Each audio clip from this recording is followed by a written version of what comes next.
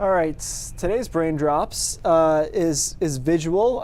So I'm on this nerd list. I'm on a couple nerd lists, but this is a nerd mailing list, and this is like some of the cool weather videos in the past month or so. And this one is actually out of Canada, and it's a hail shaft. And so what you're seeing here is when a thunderstorm has enough updraft, it can produce hail because it basically bounces the hail up into the upper part of the cloud, balanced by the updraft until it gets so heavy it outweighs the updraft and comes down. Okay. So the stronger the storm, the more vertical the storm, the bigger the hail will be.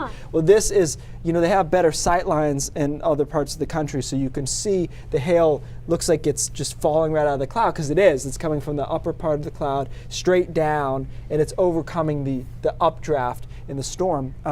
I believe it was Lincoln had some really big hail on Tuesday of this week, which is somewhat unusual for Maine. But the other thing I want to show you with this is hail shafts and rain shafts are one of the most common misidentified tornadoes. I was going to say, it looks like a funnel cloud forming. Right. So if you don't watch the motion of it, you can easily be fooled into thinking heavy rain shafts or hail shafts are actually tornadoes or funnel clouds. The key is, are they rotating? So to produce a tornado, the whole bottom of the cloud needs to rotate, and then the actual funnel needs to rotate. If it's not rotating, then it's either rain or hail. That being said, if you're not sure and you're not an expert, just get away from it. Seek Worst shelter. case scenario, it's a hail shaft. That does look intense. But yeah, I would think the Lincoln storm had a hail shaft like this, but we have so many trees in Maine, you can't quite get the visual. But severe weather is interesting when it's not in your backyard, at least. And I got some more nerd links for the rest of the week, so Ooh.